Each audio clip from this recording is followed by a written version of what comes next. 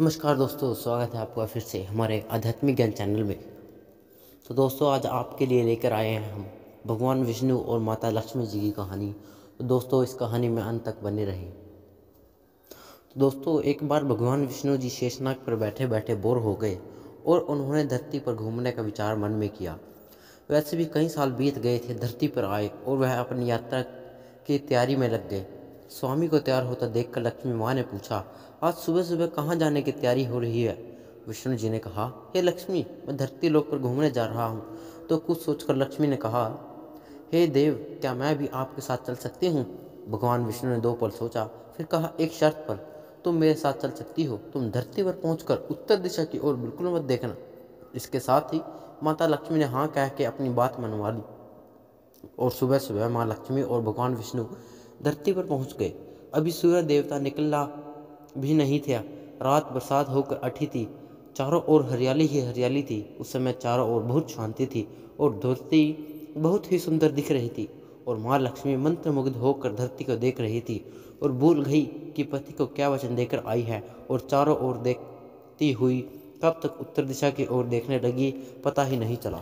उत्तर दिशा में माँ लक्ष्मी को एक बहुत ही सुंदर बगीचा नजर आया और उस तरफ से भीनी भीनी खुशबू आ रही थी और बहुत ही सुंदर सुंदर फूल खिले थे।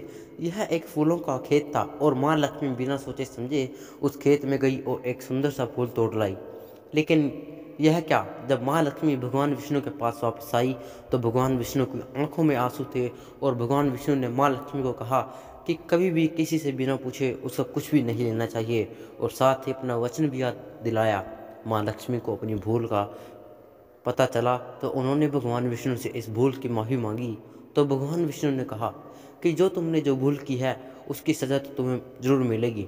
जिस माली के खेत से तुम बिना पूछे फूल तोड़कर लाई हो, यह एक प्रकार की चोरी है। इसलिए अब तुम 3 साल तक माली के घर नौकर बनकर रहो। उसके बाद मैं तुम्हें बैकुंठ में वापस बुलाऊंगा। माँ लक्ष्मी ने चुपचाप सर झुकाकर हाँ कर कह दी। तो दोस्तों, आजकल की लक्ष्मी थोड़ी थी और माँ लक्ष्मी एक गरीब औरत का रूप धारण करके उस खेत के मालिक के घर गई। घर क्या, एक झोपड़ा था और मालिक का नाम माधव था। माधव की बीवी 2 बेटे और 3 बेटियां थी। सभी उस छोटे से खेत में काम करके किसी तरह से गुजारा करते थे। माँ लक्ष्मी जब एक साधारण और गरीब औरत बनकर जब माधव के झोपड़े पर गई तो माधव ने पूछा, बहन तुम कौन हो और इस समय तुम्हें क्या चाहिए? जब माँ लक्ष्मी ने कहा, मैं एक गरीब औरत हूँ, मेरी देखभाल करने वाला कोई नहीं, मैंने कई दिनों से खाना भी नहीं खाया, मुझे कोई भी काम दे दो, साथ में मैं तुम्हारे घर का काम भी कर दिया करूँगी, बस मुझे अपने घर में एक कोने में आसरा दे दो। माधव बहुत ही अच्छे दिल का मालिक था, उसे दया आ गई, लेकिन उसने कहा, बहन मैं तो बहुत ही गरीब हूँ, मेरी कमाई से मेरे घर का खर्च बहुत मुश्किल से चलता है, लेकिन अगर मेरी 3 की जगह 4 बेटियां होती तो भी मैंने गुजारा करना। अगर तुम मेरी बेटी बनकर जैसा रूखा सूखा हम खाते हैं उसमें खुश रह सकती हो तो बेटी अंदर आ जाओ।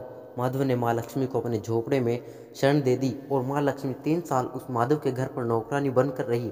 जिस दिन माँ लक्ष्मी माधव के घर आई थी उस से दूसरे दिन ही माधव को आमदनी हुई फूलों से कि शाम को एक गाय खरीद ली। फिर धीरे धीरे माधव ने काफ़ी ज़मीन खरीद ली और सब ने अच्छे अच्छे कपड़े भी बनवा लिए और फिर एक बड़ा पक्का घर भी बनवा लिया। बेटियों और बीबी ने गहने भी बनवा लिए और अब मकान भी बहुत बड़ा बनवा लिया था।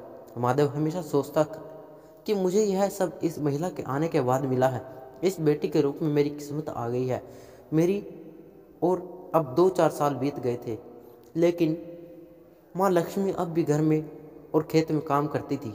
एक दिन माधव जब अपने खेतों से काम खत्म करके घर आया तो उसने अपने घर के सामने द्वार पर एक देवी स्वरूप गहनों से लदी एक औरत को देखा। ध्यान से देखकर पहचान गया और यह तो मेरी मुंह भूली छोटी बेटी यानी वही औरत है, और पहचान गया कि यह तो माँ लक्ष्मी है। अब तक माधव का पूरा परिवार बाहर आ गया था और सब हैरान होकर लक्ष्मी को देख रहे थे। माधव बोला, हे माँ, हमें माफ़ कर, हमने तेरे अनजाने में ही घर और खेत में काम करवाया। माँ, यह कैसा अपराध हो गया है, माँ हम सबको माफ़ कर दे। अब माँ लक्ष्मी मुस्कुराई और बोली, हे माधव, तुम बहुत अच्छे और दयालु व्यक्ति हो। तुमने मुझे अपनी बेटे की तरह रखा, अपने परिवार के सदस्य की तरह से इसके बदले मैं तुम्हें वरदान देती हूँ कि तुम्हारे पास कभी भी खुशियों की और धन की कमी नहीं होगी। तुम्हें सारे सुख मिलेंगे जिसके तुम हकदार हो।